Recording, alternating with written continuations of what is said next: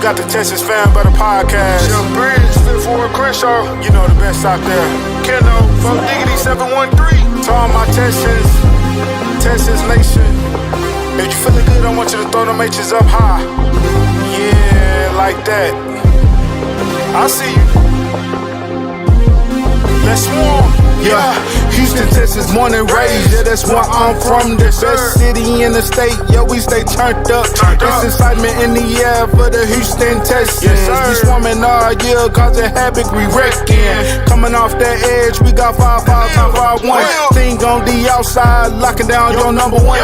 All about the swarm mentality. In the H, standing on business is the way we operate. I rep that 7 like CJ, that 1 like Diggs, that 3 like Dale. H-Town, we doing it big, you know that 12 out here. And don't you never forget, better pick your poison, cause we got Joe in the midst. We rock that battle red, still blue, Liberty white, H-Town blue, drip galore, man, we so fresh, fire like the field. Shout out to the whole squad, chasing greatness. Eyes on the prize, one goal, it's time to take it. Let's get it. Throw them H's up, throw them H's up. Now you throw them H's up, throw them H's up. We throw them H's up, throw them H's up. Let's show love for them Texans, cause them Bulls about to perform. Throw them H's up, throw them H's up. Now you throw them H's up, throw them H's up. We throw them H's up, throw them H's up. Let's show love for them Texans, cause them Bulls. Hello. Welcome back to the Texans Fan Battle Podcast. I'm your host tonight, Jeff Briggs, and we got something cooking special. Tonight, we are talking about the 53-man roster and what not better to have than the draft god himself. We got Mr. Patton from the Texans on 3 podcast himself. He has my A1 Day 1 in his thread, the Day 1 Texan fan. Mr. Patton, what's going on, brother? Hey, man, I appreciate it, man. Salutations, man. Thank you for having me on. How you doing, brother? I'm doing blessed. Is it two more Sundays? That's it? Let's keep it up a little bit, man. I'm ready for some football. I'm tired. I'm tired of tennis being on ESPN. Ooh, tennis, baseball, and rumors of what's going on in basketball. Right. Exactly. I mean, I love baseball, but there's so much you can watch it. Right. Like, let's fast forward a little bit and get to playoff. This is getting boring. Fun fact: I'm an Astros fan, but to this day, I still can't read baseball stats. Other than RBIs, I think strikes and home runs, I don't know shit else. Well, baseball is my first love, but football, I will always have a special place for football. Especially back in the older days, I still have for Bud Adams. But we got better things. We got the Texans. And speaking of the Texans, man, what is your thought on this 53-man roster? Let's start off with first. Let's kick it off with what we think is going to be pretty good. Let's do the defense. What do you think this defense, 53-man roster is going on with? Okay, so as of right now, we got, I want to say 10 D linemen, or overall 10 D linemen. That's a lot. But, I mean, that D line is a focal point of the team. The linebackers, I would have, and I'm being biased, excuse me, but I maybe would have let Jamal Hill or Jake Hansen go and kept me a third tight end. But I think they're going to do that anyway. Now, however, I'll say this. This defense we have now, constructed the way we have it constructed, this is a Super Bowl caliber defense. It's going to be better than it was last year. I feel like everybody that's on this starting 11, rotational guys, even special team guys, these guys are going to contribute right away and early. Man, talk to him, brother. Talk to him, because, I had Seth Payne on the show. I had a lot of people on the show, and I told them that who this team could be, and it could be better in this team. In that team, it reminds me of the Legion of Boom. Like it's a dirty defense. That's tough. I mean, tell me I'm wrong, though, brother. I wouldn't compare them to the Legion of Boom for the simple fact that the Legion of Boom was primarily the D-backs. You had Sherman, Earl Thomas, Cam Chancellor, and I want to say Bowser, Brandon Browner. the big cornerback. Yeah, right. That was the strength of the defense. Outside of Michael Bennett, um, what's my guy? Bobby Wagner, Michael Smith, or Malcolm Smith. You really can't name nobody else in their front seven. This defense, the way it's constructed, is the front seven to a fool's eye. The front seven will be the strength, but to a trained eye, the secondary is really the strength. Right. And front seven is like, how can I say? What's the perfect word? Good oil to the engine. Oh yeah, I love it. I love it. Well, and this is why I'm not saying that they are them, but this is why I kind of compare it to them because you're right. That secondary were dogs. But if you look, man, we got dogs in the secondary too. I think last year is going to be way better than Brown. I mean, only time will tell. I mean, his rookie season was very slept on. Outside of Texas Nation, everybody was high on Quinny Mitchell, the Great White Height. Uh, I can't think of his name now. So, The guy in Philly. Yeah, I know you're yeah, talking about. just calling him. Cooper. Yeah, Cooper Eugene. They were just singing their praises. But last year, and Stingley both led the NFL in the lowest QB rating. So I mean, that has to be given to him. And then he moved to the safeties. Jalen Petrie's back, hard hitting just like Cam Kennedy. I mean, if TJ Gardner is healthy, then we got Earl Thomas. So I mean, it's just like that. But you're right. We have something that they don't. We have dogs on the edge. Daniil Hunter and Will Anderson Jr. is nothing the Seahawks ever seen on their. Yeah, they haven't had a D lineman overall that dominant ever in Seattle's history, if I'm not mistaken. And I'm not a Seattle Seahawk fan, so I don't want to be wrong. So, but if I'm correct, like they haven't had anybody nowhere near at least Mario Williams. Well, But I mean, you probably say Bennett was close to Martin Williams. Close. I mean, you might make up one argument, but it's hard to kind of put him around that time, right? I know Bennett personally, so he a dog. He a Yeah, dog. yeah. Both the Bennett brothers are dogs. Oh hell yeah! But Mike was my favorite. Right. Mike was Mike like that. Mike Jordan. That's how me and Mike was. So, Okay. but football wise, like Mario, JJ, Daniil, Will, hell for what it's worth, Antonio Smith the Ninja. Like, Hey, another very slept on Texan. come on, man. Yeah. And the great thing too about these two guys that I've never really seen, and like guys you said like Mario Williams, Antonio Smith, even the great JJ Watt, they never press the pressure up the middle where the defensive tackles are equal.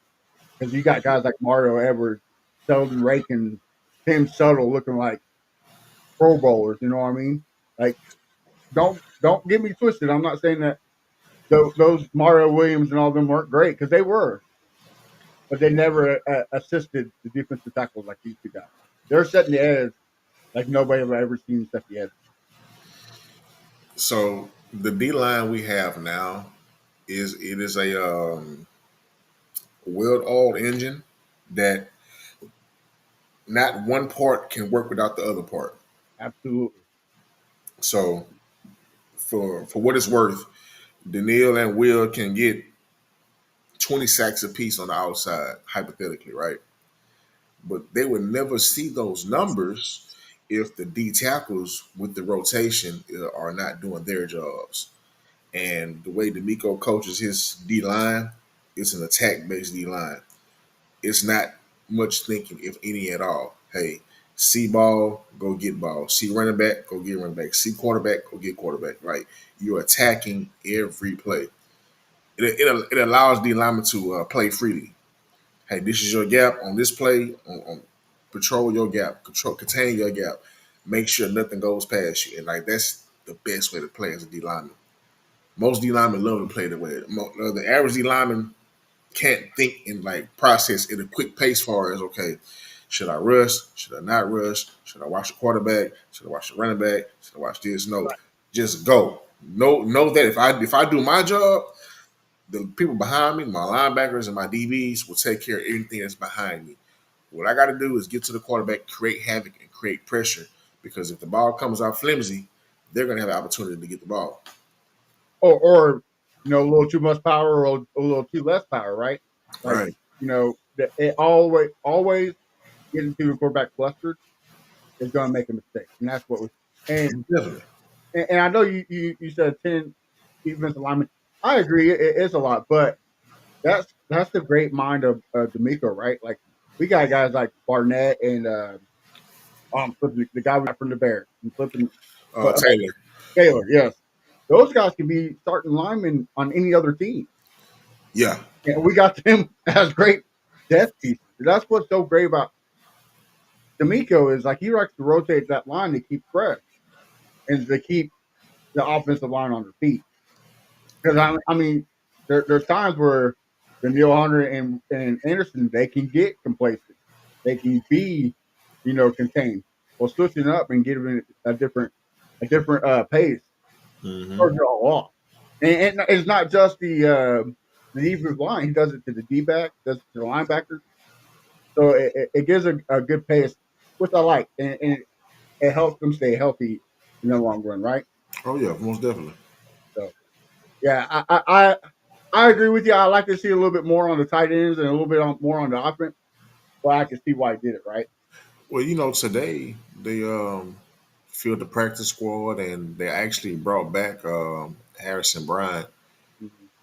So Oh yeah. We're definitely get to the practice squad because I got a couple questions for you on that one. So let's jump real quick to the offensive 53 man. Does anything jump to you on this one, brother? Any so I got to start with the obvious for me. If you guys are familiar with me and my work over at Texas on 3, I called it earlier about Luke Lachey. That's the guy I'm always championing, the GOAT from tight end U. Mhm. And Mhm. due to a lack of opportunity, he didn't make the 53, Now they brought him back on the practice squad. And when I looked at the final 53, I was like, well, damn, you got just two tight ends? Like, I can understand, you cutting the GOAT because he didn't produce the way you would like him to do, or he didn't have the lack of opportunity, so to speak. But Harrison Brown was the guy you traded for with the Mechie trade. So by law, you should have a third tight end, especially with Nick Caley being this tight end coach. Um, Yeah. the most obvious to me, though, honestly, outside of that, and that's my bias side, but my analytical side, Justin Watson. I didn't understand why or how he made this roster. I felt like he's a guy that may be knowledgeable, may be a good guy down the stretch, but dude, he didn't show anything throughout the preseason. Like you keep him mixing, not mixing, you keep him Pierce because of mixing, right? Right. And the city as a whole has been like whether you feel good about him or feel bad about him, at some point DP will go. And with this phantom ankle injury to Mixon, that was DP solidified spot. Now with Watson, going back to the tight end thing, if you don't keep Watson, then there's your third tight end. If you don't keep Watson, you potentially have the fullback. I want to say Jakub Johnson, number 43. Now, granted, he's on the practice squad, but it just I'm not understanding how Nick constructed everything the way he constructed it. Now, the strong suit I am happy with is the O line. I was very high on Big E Ursery. A lot of people are kind of confused with you sign Cam to a 1 year, $14 million deal, and he gets hurt. Injuries happen, but Big E has showed out at right tackle and left tackle, and you've seen how Titus Howard performed in Detroit with the joint practice. He gave my guy Aiden Hutchinson go blue Fit, fit, all day. bro. Eating much. Bro. It was so Hey, good. he took he took his lunch kit. Right. Yeah. He took his lunch kit, man. Like, and Aiden Hutchinson, for what it's worth, is a very elite pass rusher. Okay. I just want to say, thank God the Jaguars are so dumb that they Oh, passed on a generational talent like Aiden Hutchinson. I'm so glad. Sorry, I didn't mean to interrupt you, but I no, got to you're okay. The Jags are gonna jag.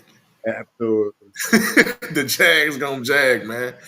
But I'll say this, man. For what it's worth, the Lions have a very elite. And shout out to my guy Dr. Payton from the pod. The Lions have an elite right tackle in Sewell, but the way Will Anderson not only beat his ass, sorry for cussing, No, uh, he took his lunch, he took his shoes and his socks. The man had to walk home from practice with no shoes on. That's how bad Will Anderson did Sewell. So long story less long, our O line, which is improved, our D line, which is humming as well as it's supposed to, are going to be the focal points of our team going into this season. It's going to come down to the hand. We're not what they call them, the hands unit. right. You know what I'm saying? The speed guy, the little guys, and running backs, and receivers. You know what I'm saying? Because the tight ends fit in, the tight ends and linebackers fit in with the line. So it's going to come down to the hands unit. Honestly, how good can CJ be? Okay, yeah, I agree with you. Like this season, especially with the mixing, right? Like it kind of lives or dies with how CJ Stroud arises the occasion, right? Like what was last year? Can you be better? Because I mean, I'm not hitting the red button. I'm panic button. I'm not going like some of these friends like, oh, our season's over. But mixing and not knowing what Nick Chubb actually brings to the table, you're a little concerned about the running. I mean, you'll be stupid not to be concerned about the running. But the positive is we got rid of all the liabilities in the running game last year. We got rid of Shaq Mason. We got rid of Kenyon Green. We solidified. I mean, say what you will, but 5 yards to carry against a very good interior defensive line against the Panthers is something to look out for. Like that's pretty good. I mean, preseason or not, their starters were there, and you got 5 yards to carry against the starters. So that's something to kind of because it couldn't be worse because I think we were like what 32 in the rushing department blocking wise. So I mean, it can't get any worse. So that's just kind of your Dr. Jekyll, Mr. Hyde. Yeah, you don't got mixing, but you got a better run blocking. So let's see if we can kind of push the pile, so to say. Okay. So I was in the comments on y'all on the I want to say on your guys' last show, Yes, sir. and you guys were talking about the Panthers game. It was probably after the Panthers game. Um, the Panthers played the Jaguars week one. The Jaguars will blow the Panthers out. That's how bad of a team that is. No doubt. I agree with you. I agree with you. But those defensive tackles are pretty top tier. I mean, Brown, he's been an All Pro. He's Walk with me. Walk with me. okay. Take me on a journey, brother. Take me on a journey. Just walk with me. We are the superior team to the Jaguars, right? Okay. And the Jaguars would be a superior team to the Panthers. That says a lot. Like, we the big brother, the Jaguars be the middle brother, the middle child, and the Panthers would be the baby brother. We beat up on the middle brother beat up on the baby brother. And it's a slope that goes down like that, right? For what it's worth, Carolina does have some quality D linemen. Really wanted Derrick Brown. Um, nice pieces in the secondary. But that team identity and culture is they're about 3-4 years away. Uh, Uh, that'd be nice. like that team's like when I say 3-4 years away, like that team is. And this is the Panthers I'm talking about. Right. I'm not saying that. That's be nice. 3-4 years away. Yeah, you know what I'm saying, like because with the right GM, the right head coach, and the right couple of players, things can turn around quick. We are Proof. here, like Right. evidence of it. You know what I'm saying? Right. Like it took Nick Casario 3 years, two head coaches. Well, the third was D'Amico. Then D'Amico comes in. Nick built a team, and you see where we are now. That's the culture, does everything. Right. Yeah. Exactly. So that team there, like the way we handled the Panthers is how we were supposed to handle them. Like I would have been upset, and I'm a guy that doesn't care about preseason wins or losses. It doesn't matter to me. My biggest thing is, can we get out the game healthy? That's number one. Get out the game healthy. Go into the game and get out the game healthy. The guys that I need to see, how good are they playing? Have they progressed? The new guys, how fast have they been brought up? Can they be or will they be an immediate impact or a late on down the line player? You know, these are the things that I look for, like developmental things. If the average fan goes into the preseason games just wanting to win the game, it's football. They don't pay attention to much. All they know is the scoreboard, or hey, my quarterback led the league in yards, or my receiver led the league in yards. My running back, like those are the average fans. Like as a diehard fan, analyst, and future scout, speaking that to existence. These are the things that I look into. I tap into it when I'm watching the preseason. But we handled business as we should. Now, the most important game in the preseason was the Detroit game. That was the backups, and the backups looked like pure hell. The first game, all right. Second game, but this third game, okay, y'all came with it. Like I was proud to be like, hey, these guys did good in the third game. Make it hard for the, you know what I'm saying, the team to cut you. Right. Right. So yeah, no, I get what you're saying, and I'm not saying that you're right. Like the Panthers are, we're supposed to walk over, and which of course we did. It's just great to see that because even in years past, these starters would give up to those guys. You know what I'm saying? Like Mhm. they would still get 1 yard per carry. You know, does that make sense to you? Yeah, most Like definitely. like you said, you saw the progression, right? Hmm. Everybody is worried about this offensive line, but I'm still I'm the type of guy like Crenshaw. He's the guy where like until we completely change, it's never going to happen. 5 years down the road, it's still not going to happen because of years past. Like he lives in the past. You know, it's like Kansas City weather. He's up, he's down. He's up, he's down. Me, I'm a I believe it when I see it. I'm not Right. going to say nothing until about week 5. Okay. Now, if the offensive line comes in and CJ Stroud only has 3 sacks, they did something. We got something cooking. Gotcha. And if they come in and he already has 20 sacks, okay, we suck. But like, all that to say is I'm glad to see it progressing a little bit because that has been the whole focal point this offseason. And which for granted, it should be right. Like you get rid of your best offensive tackle, but what people don't understand, we had to get rid of him for a reason. He didn't fit, just like me and you said earlier. Well, that too, he wanted to get paid, but like me and you said, culture. It it's a big deal in football, and Yeah. he didn't fit that form mentality. Like if my quarterback's getting hit behind the line and out of bounds, and you sitting there with your hands on your hip, like bro, you gotta go. I need some dogs on the line. I need you to go ahead, but I need Brian Custom type players on the offensive line. Like headbutt a motherfucker with your helmet off. Hey, Like do something. ah, Fight, claw, Dan Campbell, bite your knees off. Like, give me something. right. Like I'm tired of seeing these guys like Lamar Jackson, Josh Allen, Justin Herbert when they get kicked out. Their offensive lineman is it's a fight. Trevor Lawrence against us. Like it's on. But when CJ Stroud's getting hit, nobody's nowhere to be found. Right, exactly. The only guy there is Jared Patterson. Like what how? It makes no sense to me. So that's what would have to be changed. And that's how I'm seeing it. Now, could that be the true reason? Probably not. Probably some more BS, money wise, like you said. But I feel like just with the interviews, like after the Viking game, I did my job. It's not on me. It's on these guys. Like that's not a leader, man. Get that C off your chest. You get the hell out. So yeah, go ahead. I'll say this about Tunsil.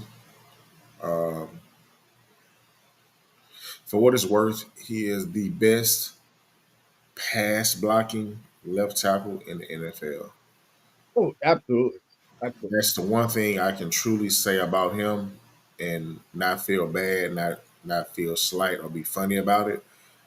For the years I've watched him shut down what was told to me the best pass rusher at that position or on that team. Uh, we've played the Browns quite a few times. I forgot that Miles Garrett was in the game. T.J. Watt 2 years ago. I forgot he was in the game. Yeah, Like yeah. I forget, you forget these guys are in the game. That's how good he is at pass blocking. Okay, he takes plays off of the run game.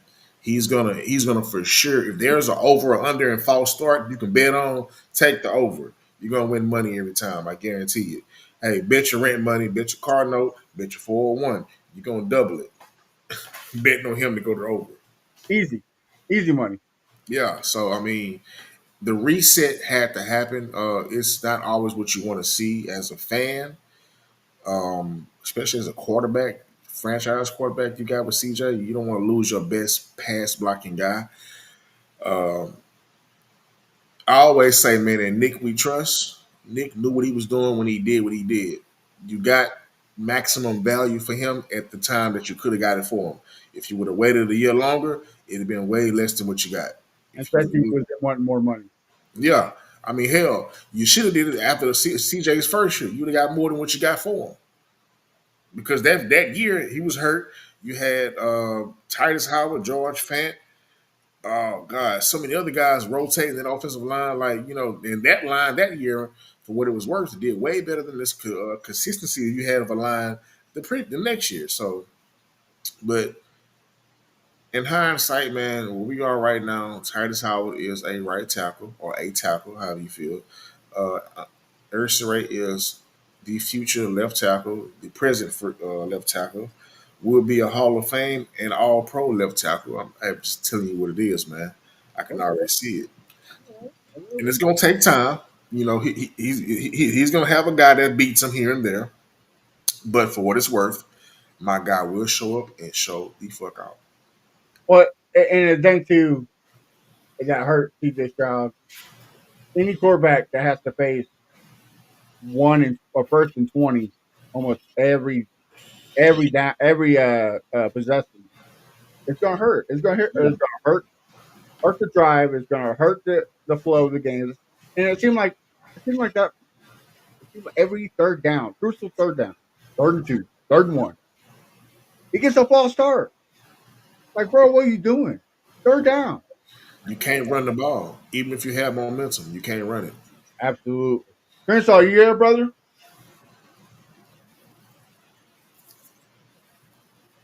You hear me, Crenshaw? I think you're on mute.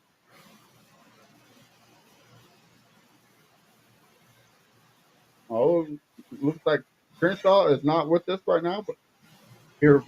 But yeah, going back to the 53 man uh, offense, that I agree with you. Like the sort of the tight end, especially with the history of getting hurt tight ends. Like when you go back to Owen Daniels days, he couldn't stay healthy, right? So it's just like it got kind of like, man, what are you doing? Especially the weird thing is you're going to keep the rookie quarterback who didn't have a good outing. Like, I mean, I guess you could say the Lions was a pretty good outing, but to me, it still didn't look that great. The camp didn't look that great. Like, uh, you're right. I don't think the tight end guy, as you call him, uh, had a great outing or had a lot of opportunities. Yeah, But the opportunities he did get, he showed out. yeah. He So may do. why not keep him out there? Let's try. Crenshaw, you there, brother? Yeah, you hear me? Yes, What's sir. up, man? How you doing? What up? What up? What up? What up? What up, Pat? What up? What up? Whoa, nah. So we're talking Uh, about 53 man 53 man team. Anything stands out to you? as far as who made the squad, Who made the squad? Who didn't make the squad? um, I mean, really, I think really who all made it is what was expected. I guess Damian Pierce stood out, that he made it, but I wonder if Joe Mixon was healthy, would he would have made the squad because he didn't do much in preseason to show what he can do. And as far as cuts, really, it was no surprises to me. Since they traded Michi, I would have said Michi.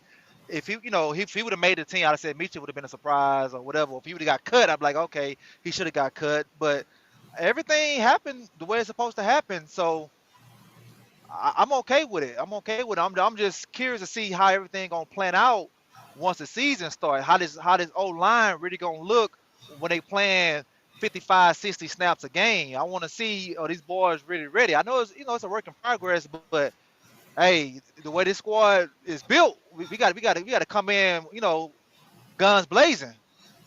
So we gonna see though. Well, there's too many question marks not to come out guns blazing, right? Like you got to hit the NFL in the mouth. Like you got a lot of people doubting the Texans. Which, like I said, there's reasons to doubt them, but you got to sum them up. Okay, there's the only way to do that, and that's come out guns blazing, right? Am I right or am I wrong?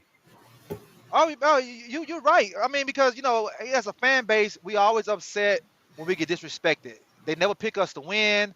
They'll pick us to lose a division. Blah blah blah.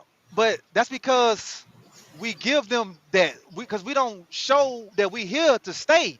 You know what I'm saying? Like we are laughing stock to the NFL. You know what I'm saying? And fans get so hurt about that. You know what I'm saying?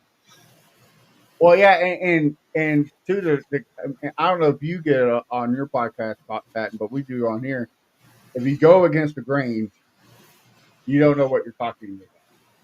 Well, sometimes that's what you have to go against the grain, and Crenshaw, he's one of the few ones. Myself, you can't. Yeah, sometimes you have to take the glasses of the helmet, right? And sometimes you got to take those steel blue, red, Liberty white glasses off and say, hey,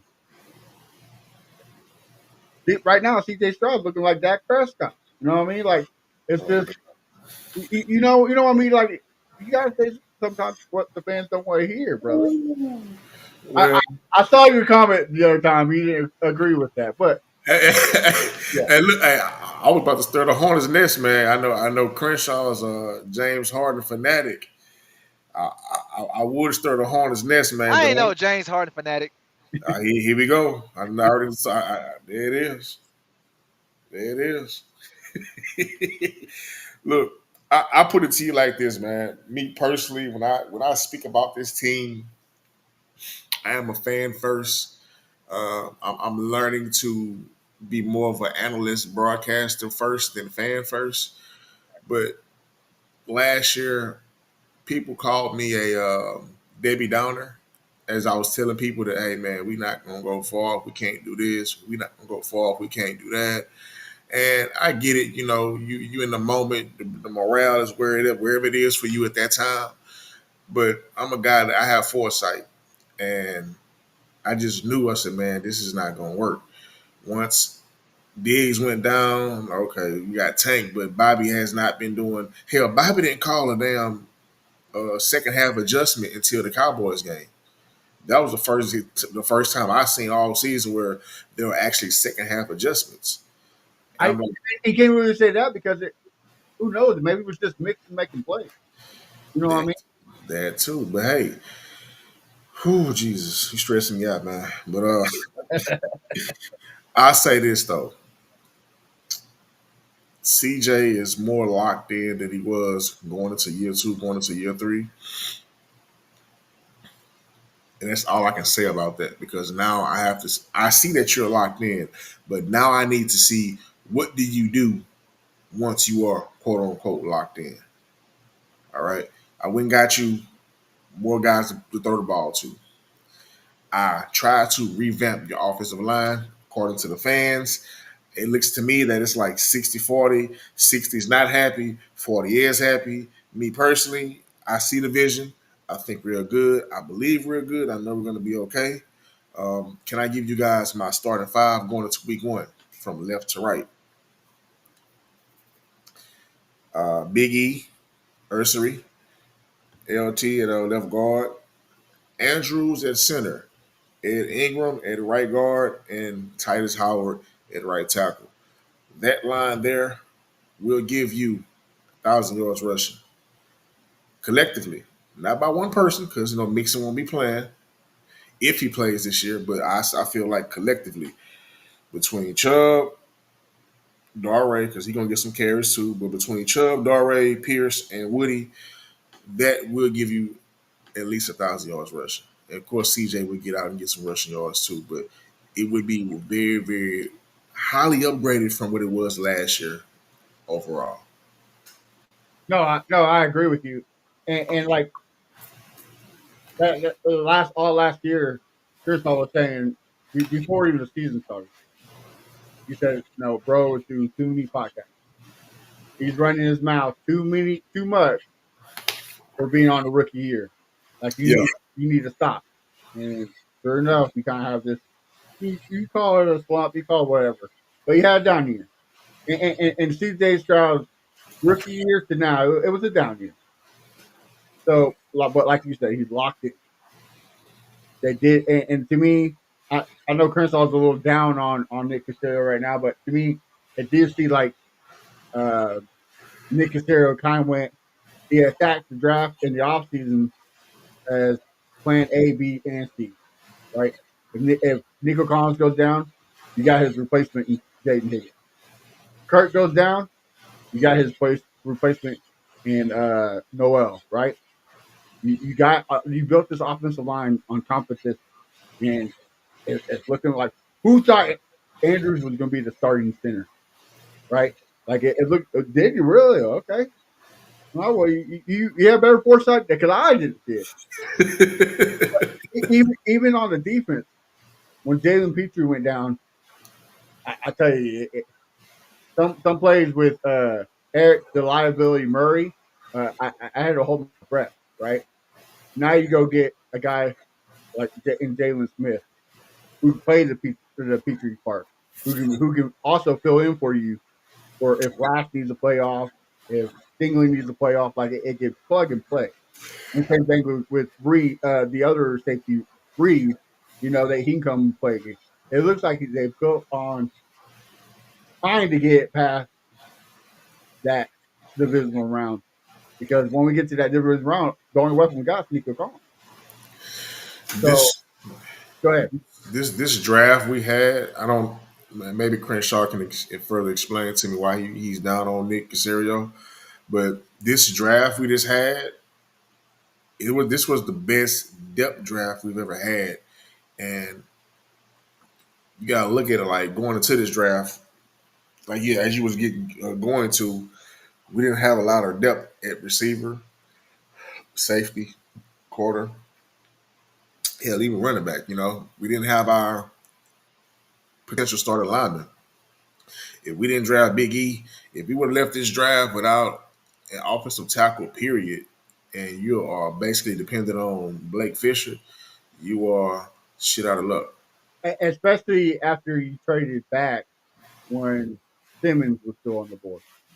I wasn't high on Simmons. Well, I know, but a lot of people. I'm just saying, a lot of people were right. Like, I mean, because it's a name from a big school that had just won the national championship. Like, if people knew this guy got hurt early in the year or midway through the year, like, if people really paid attention to what's going on, then, you yeah, know, knee problems. That's why I wasn't high on him. red pill, blue pill. Kershaw, you still there with us, brother? Yeah, I'm still there. As far as Simmons, I think Simmons gonna make the All Rookie team. I mean, so far, just in preseason, no hurries, no sats given up. Then he's on the right team, Kansas City. He's gonna have a better year than Tay gonna have with us, because Tay is a work in, yeah, because Tay is a work in progress. See, Ooh. yeah, because Let's make a think bet. about it. Let's make a bet. Let's make a Because bet on that. Let's make let's make a bet. okay, we can make the bet. What is What you want to your bet? what is your favorite choice of drink? Like for alcohol? Yes. Do you drink? Well, I don't drink. I don't drink. Yeah, Okay. What's I your don't favorite drink. restaurant? Um, Man, I do something reasonable. Outback. You got the bid is for $100. So wherever you want to go, Okay, there it is. There it is. I'm the, cool with that. the bid $100 that my guy Tay has a better season than Josh Simmons. Okay. And how to define Now, this better season is who is on an all rookie team, who gets a Pro Bowl nod, whether it's Austin or not, and all pro. all right. Now, what if both of them make an all rookie team? I guess we have to cancel out our bet then. Yeah, yeah. Now, I doubt the Pro Bowl and the All Pro, but All Rookie, yeah. Okay, we're gonna see. Cause see, I trust Kansas City coach, online coach more than ours. We don't much know what I was gonna do. Respect, you know what I'm saying. So he was in the building and he didn't much have a voice. Now all of a sudden he has a voice now. Respectfully. But we gonna see. I mean, respectfully. All right, now what about Nick Casario, Christoph? As far as Nick, I mean, like, you know, as far as the first round pick, I think you're breaking up on us, brother. what define a real GM is the later round picks. You know, the third round, fourth round, fifth rounds, or whatever. He's So good there. far, all we got is Bullock. That's it. Who else have we hit on? Nico. I mean, okay, so all right now, the first 2 years, was you high on Nico? I'm a Go Blue native. Of course. dude, dude. Shit. Don't make me take this off and put my Michigan shirt on, man. Like seriously. I was very high on Nico coming out. I knew what my guy had prior to him coming into the league. And you gotta think about it too. He took off a year because of COVID. It's only a matter of time before we got what we're getting right now. But yeah, I I can All stand it. right, so let me ask you a question. If Davis Mills was still the quarterback the last 2 years, would Nico still produce the way he produced the last 2 years? Yes or no? No, Okay, then. So if you a good wide receiver, it doesn't matter who the quarterback is, then, right? to a degree. You have to equate with the injuries too, though. Now, if Yeah, he's well, and healthy, that's another if thing. he's He can't healthy, stay healthy. yeah. Now I'm gonna be honest. I'm always gonna be honest. Uh, Nico is good for 2 to 3 games, missed due to hamstrings because he's running too damn fast, which is kind of crazy to say. This year would be a very, very pivotal year for him. If my guy can get through the full season, playoffs included, every game, then that next contract is going to be astronomical. We might lose him. I think he could be all pro. We, If he we, can play. we might lose him. The contract he got was based off of, hey, you have not been as durable as you could be. That's what we really got to bargain. The guys, the other receivers, they got contracts were more durable than he was. I agree. Yeah, that's true. That's true. But I just, them 5 games he missed every year, and also another thing about Nico that I need him to get better at is when we playing elite defender holding you, take advantage of him. He gets shut down a lot. Have you noticed that? Like think about it. Think about it in your head. What elite DB has he really just fucked up out there? Think about that for a minute. I am. Last year, who did we play that was elite on the outside? Snead I and don't really, I don't really consider a Snead elite. I just don't. I mean, he had an all pro the season before. That's the only reason why I say Snead. No, I mean, no, I give you that. I mean, he's very confident as a player, but You talking about Snead with Tennessee? Yeah. yeah, Oh, well, see, he wasn't the same player with Tennessee like he was with Kansas City because the yeah, system. yeah. But see, I always say players that go to Tennessee to die. So Yeah. he's a product of that now. But see, 'cause if you think about it, it's like when it comes to elite DB, he don't fuck up. But if it's some trash guys, he going right past them. Who did he play that was elite last year? I agree with Kevin. If healthy, yeah. Another thing. Okay, so let me add this to the equation too. With Mills, the offense was very, very stagnant. Mills was trying to find himself. Nico was also trying to find himself. Nico really didn't get into NFL shape or actually football shape until year two.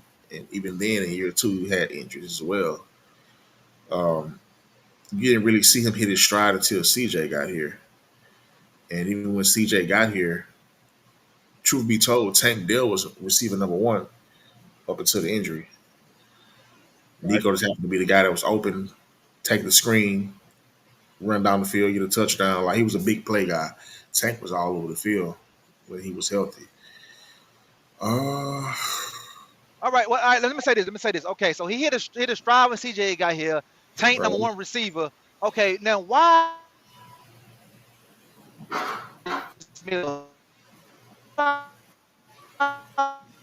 with CJ than we had with David Mills? You breaking up, brother? 4 points. That's it. 4. You cut up, Crenshaw. What were you saying?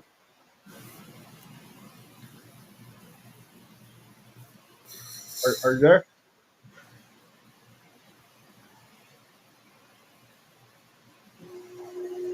Crenshaw?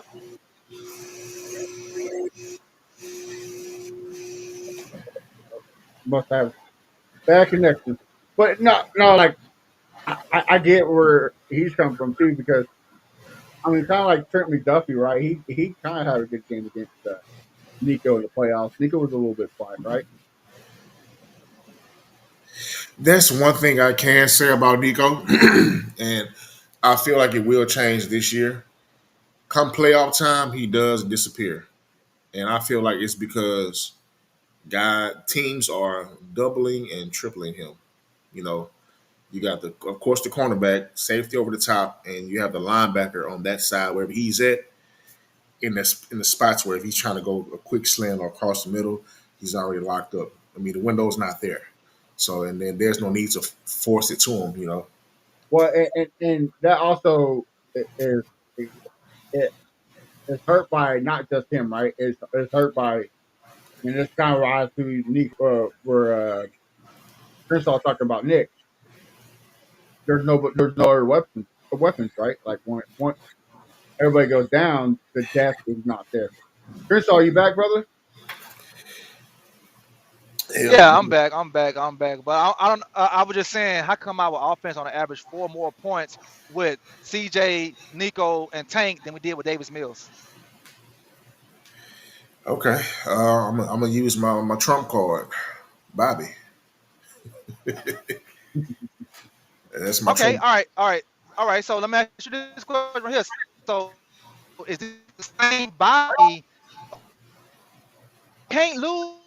Can't lose Bobby. Remember, he was trying to get a job. We got to keep him. We got to keep him. And you talking about that Bobby right there? I was out on him after the first season. So with Crenshaw. There you go. I was too. I was too. Cause I was like, our offense was getting points in the second half the first year, but we ignored it because we was winning games. Yeah, You know what I'm saying? We was winning the games. defense We played ignored that it, and damn then good. yeah, and then CJ said, oh man, I love Bobby. I can't do without Bobby. I'm like, hold on, CJ, come on now, stop lying, I mean, that's the right thing to do. You stop. know, be positive about your coach. I mean, I know that's the right thing to do. I mean, hey, It is, but come on now. Yeah, especially now that you hear everything that he said. You know, he said Bobby wouldn't let him do any slide protection, wouldn't call any audibles, no hot routes. Like he's pretty much handcuffed. And to me that's stupid because that's like having a Ferrari but having a parking garage. hey, You know what I mean? I say this too. The offense we were trying to run with Bobby, and I said this when we first hired Bobby. Um, the offensive line we had at that time was not the offensive line you need to be successful within that offensive scheme. We've always had power gap run, power gap linemen. We didn't have a zone scheme blocking linemen. If you go back to our Kubiak days, the middle three guys center and two guards were undersized, smaller guys. You need smaller guys, nimble guys on the inside The to get pull that. start, the pull. Yeah. You know what I'm saying? And honestly, those guys wasn't blowing people off the line. They were literally just getting in the way, creating a hole.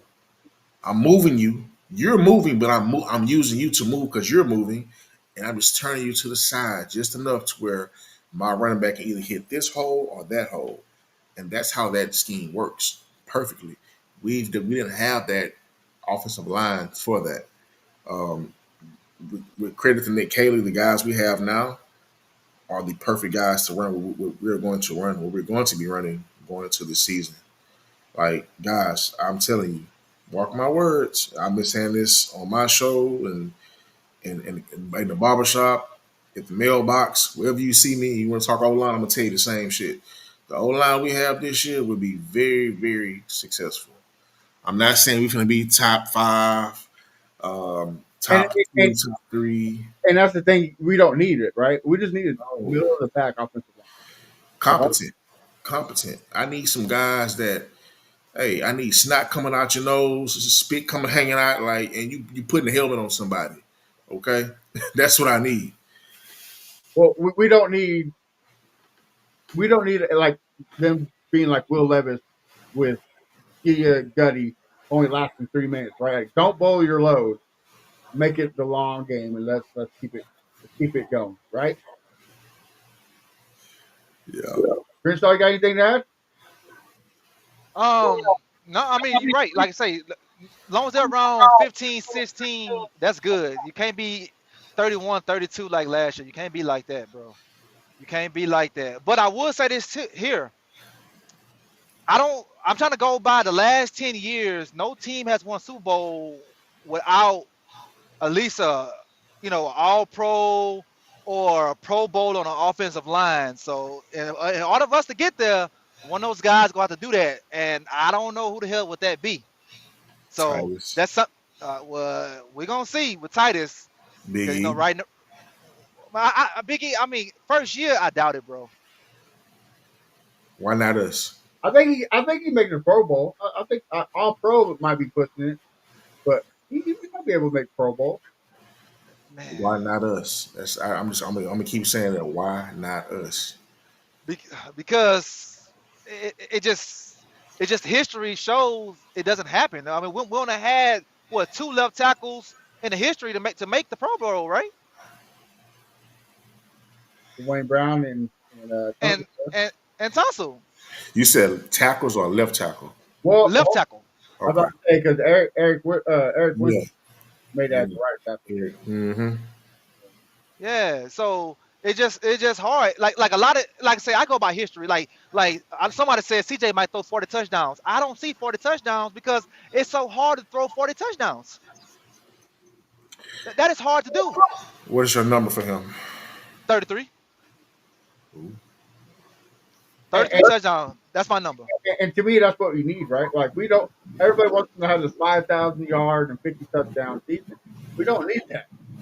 Would it be nice? Yeah, cool, but we don't need that. Why 33? Because reason why 33, I think that's a sweet spot, and the reason why I said no to 40 because I think only maybe 15 quarterbacks in NFL history has thrown 40 touchdowns. So that tells you right there how hard that shit is to do. And I'm thinking that we should be playing from behind. I feel like the more touchdowns you throw, I mean you playing from behind. So I feel like we should be ahead of games because of the defense. But if he throw over 33 and throwing 47, 800 yards, that's good. But I need to see how that game went though.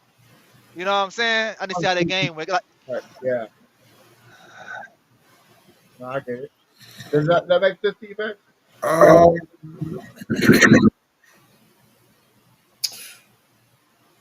this season and this season alone, we will have more passing touchdowns than rushing touchdowns early because Mixon won't be there. You have way more weapons at the receiver position than you had last year, in my opinion. Healthy at the moment. I'm looking for CJ to have 30 plus touchdowns and 4,000 plus yards. Even though D'Amico says he wants this team to be a physical run first team, your best running back is probably next door to me right now, laying down playing Madden, for all I know. So, I mean, dude, you got 12, you got 13, you got Higgins, you got Noel. I mean, you got dual tight ends. Like, I just see this team. And if you've seen throughout the preseason the way the offense is run, 3 wide, 4 wide, spread formation, they're throwing that football. A lot of gun formation too, right? Yeah, so and CJ is a quarterback that wants to throw. So I can see to give you a percentage, I would go week one, 60-40, 60 passing, 40 running. After that, it can get up to 70-30, 80-20, leaning passing heavy. And not running and only running the ball once you've established a lead going late into the game. Because that defense is going to be very, very like ignorant. Like they're not going to allow shit. It's going to be very difficult for teams to score on us. The only thing I want from the defense, and it's not from the players, right? Mm-hmm. It's from the coach. I'm tired of playing the bend don't break defense. Let them come back. Let them get beat by backup quarterback. Uh, I want D'Amico like the Green Bay game. We should have won that Oh hell game. yeah! CJ Stroud's rookie year against the Falcons. We should have won that game. Like quit playing for the lead and or not the lead. Quit playing for field goals and quit trying to run the clock out. Put your foot on the neck and snap it. Like we cannot have this let because if you do that to a good team, if you do that to a Patrick Mahomes, you do that to Josh Allen, you do that to a Burrow, et cetera, you're gonna get beat like 10 times out of 10 times probably. Like you just cannot allow that to happen. I equate those losses to D'Amico learning what to and what not to do. Right, and that's what I'm hoping is D'Amico, and kind of, you kind of see that in presidents, right? Like you kind Mm-hmm. of foreshadow it because you see that, 'cause like Christoph said, we all nobody thought Bobby Slug was going to be gone. Nobody thought that D'Amico's boy that he brought down from the Niners, went back to the playoffs.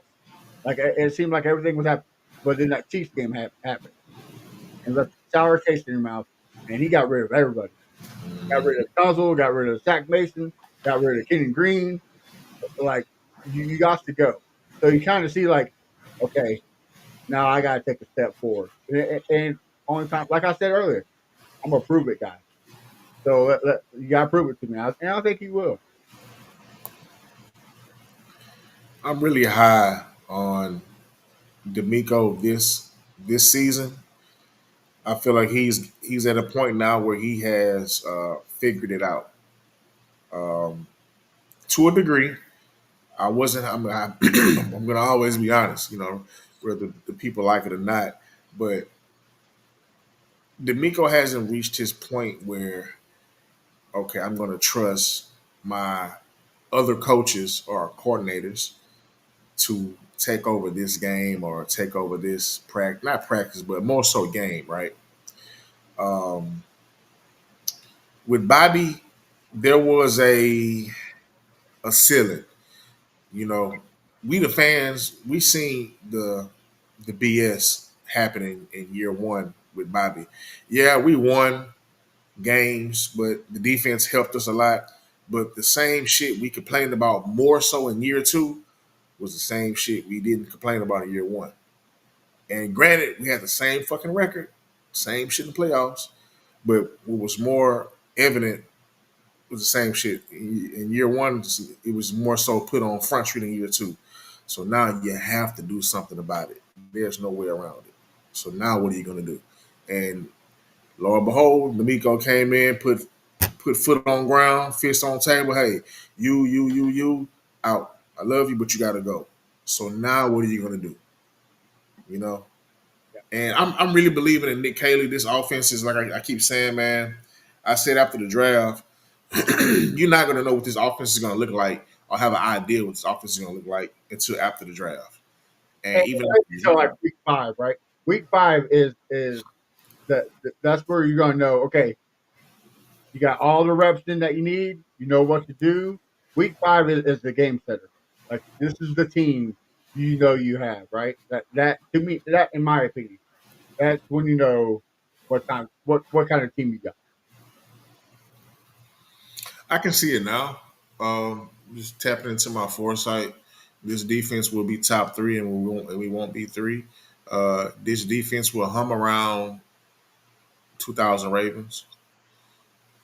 I just pray the offense, knock on wood, that the offense does not waste this. CJ is nowhere near Trent Dilford. Trent Dilford can't even put on CJ socks.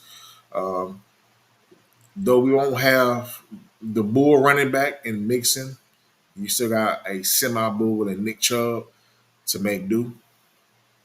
And you have way more weapons at the receiver than they had on that team. If I have to compare this current team the way it's constructed to another team that went on a Super Bowl run, um, this could be a very, very phenomenal season. The only hard team that I'm really worried about this year is a team we haven't beaten quite some time. The last time we beat them, I want to say we had Schaub, and that was the Baltimore Ravens. Like Baltimore has been beating our ass past few years, like disrespectfully. So, and it's crazy. Like Baltimore has not been to a Super Bowl in quite some time since they was in New Orleans against the 49ers. We match up better against Kansas City than we do with Baltimore, which is crazy because I feel like Kansas City is a far more better team, superior team than Baltimore. But then that says a lot as well too. However, depending on how we week 5 this year, praying that everyone's healthy. Maybe Joe comes back for this game. Who knows? But I feel like going into that game, it's going to be a trap game. One, I feel like Baltimore would be 2-2. We should be 4-0. The momentum should be on our side, Right. and we're going to their house. If we can beat Baltimore at their house week 5, we finna run the table. I guarantee it. Okay. Crystal, you got anything to add to that? Yeah, I got a couple things. Okay, one, if we can't run the ball, then we're gonna be one dimensional. You still think CJ is gonna get those passes off and those touchdowns off? And the second thing, bro, the 2000 Ravens is like one of the best defenses of all time, 10 points a game. Can we just be the 2015 Denver Broncos? No, no. No, because I don't think we're gonna be the 2000 Ravens because that's unheard of in today's NFL to average a defense to hold somebody to 10 points a game. I think we could be more of the Broncos defense that won Super Bowl that year than the 2000 Ravens. That's I mean you talking about some historic shit right there, man. That's some historic shit. That means our offense ain't got to really do shit because they offense didn't do shit and they won the whole goddamn thing. Okay, so to combat your comment, I would say year 1 and year 2, we were not a second half team far as scoring points. And yet we won games, same record, got to the playoffs. And that was all because our defense. Now, granted, there wasn't no pick sixes, or what they call a thick six or something when the lineman scores, pause. But the defense wasn't scoring as much touchdowns, right? You go into this year with this defense, it was already good last year, and you somehow made something good even better by adding a few pieces, right? The offense will always be an anomaly because you don't know what you got until you see what's in front of you, and we'll find out in 2 weeks from now, a week and a half from now. Um, that Baltimore team, 10 points a game. That Baltimore team was still scoring points. Defense was scoring points as well. if my defense can give me, let's say 17 points a game, right? 15, 17, between 14 and 17 points, if they give up that a game, right? But if they can score at least six every other game, and if my offense can give me 21 to 28 a game, that's damn good. That's damn good. You can't beat that. And you're gonna come up and you're gonna have your game where the ref is calling certain shit, or on the offense side or the defensive side, you may have a game where the weather may play a big part in it because as of right now we are not an outside team.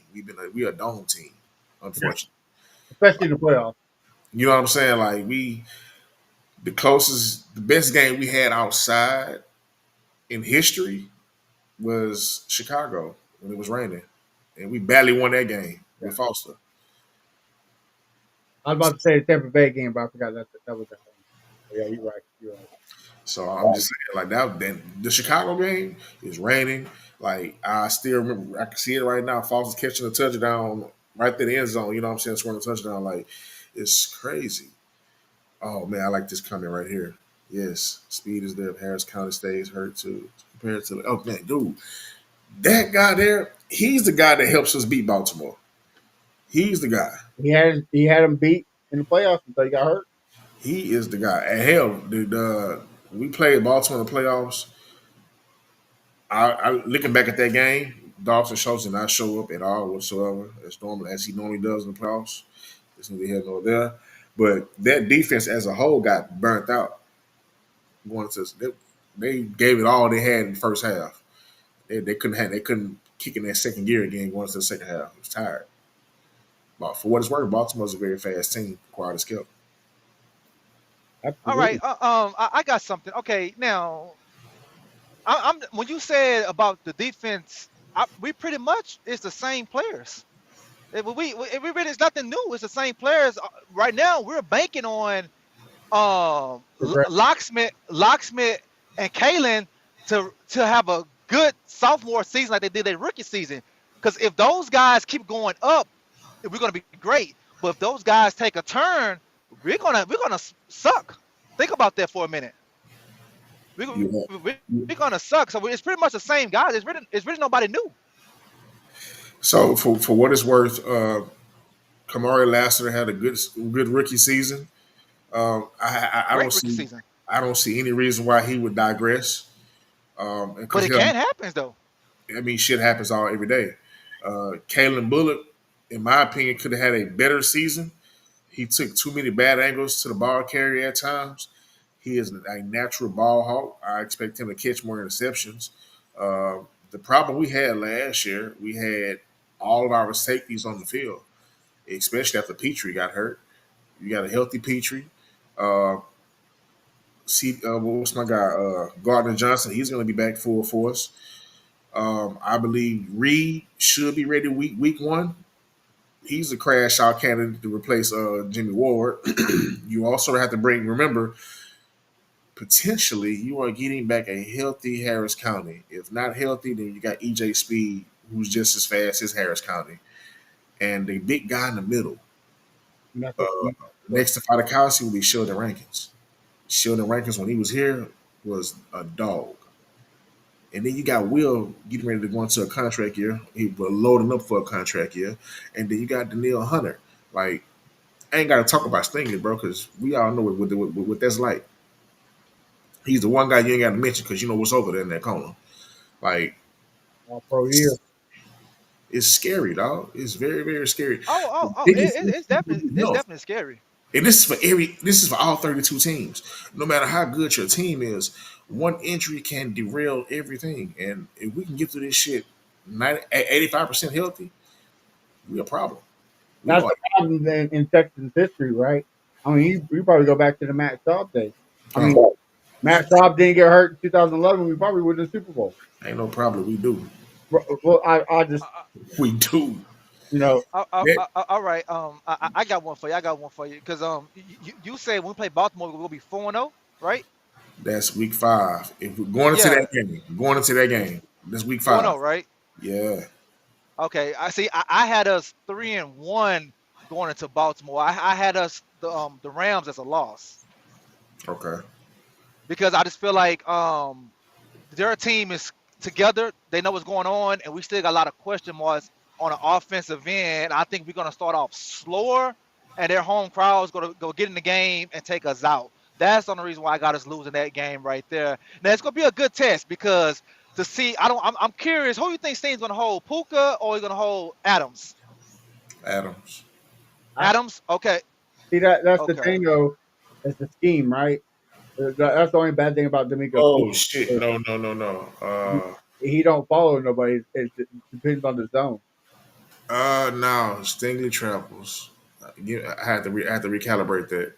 Um, Stingley normally stays on the outside, so when Adams was in, He's going to be on the outside. Adams will be.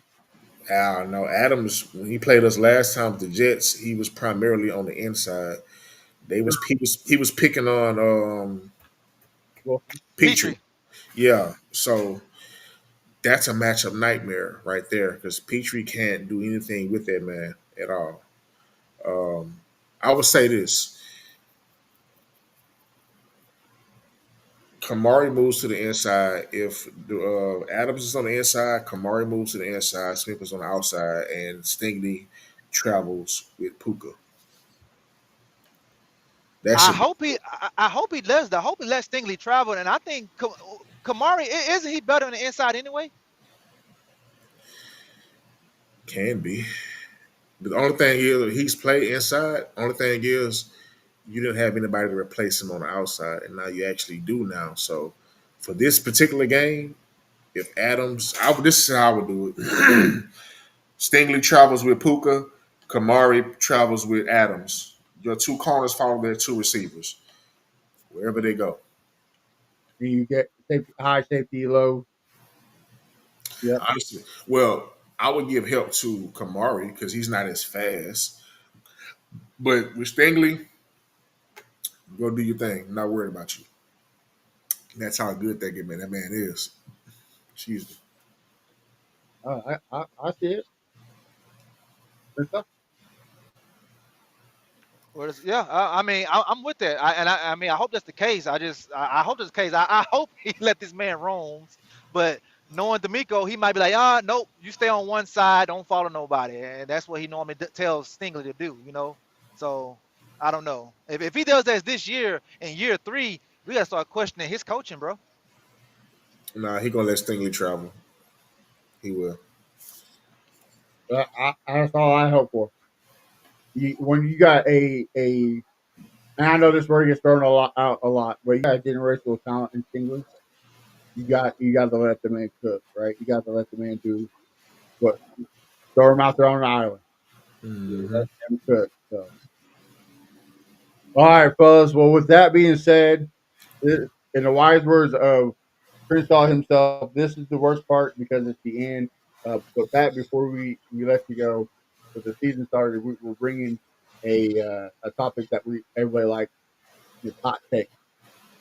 So I want your hot take. It could be anything from you have the number one defense to CJ Stroud to be the MVP, anything.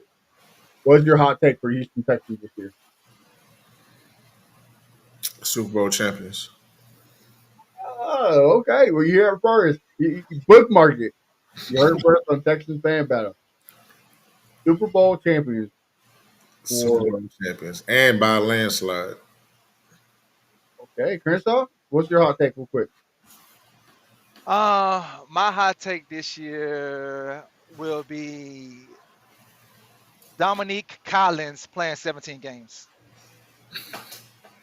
My And for man got those don't know, that's Nico. he got a long funny name, bro. Like Jesus. Yeah, Jeez. you know that video that the Texans laid out where they call everybody by their government name. They've been stealing that from my boy Crenshaw. My boy Crenshaw been doing that As for I'm over saying, a year. I've been doing that shit. They ain't give me no credit on the shit, man. Nothing. No credit.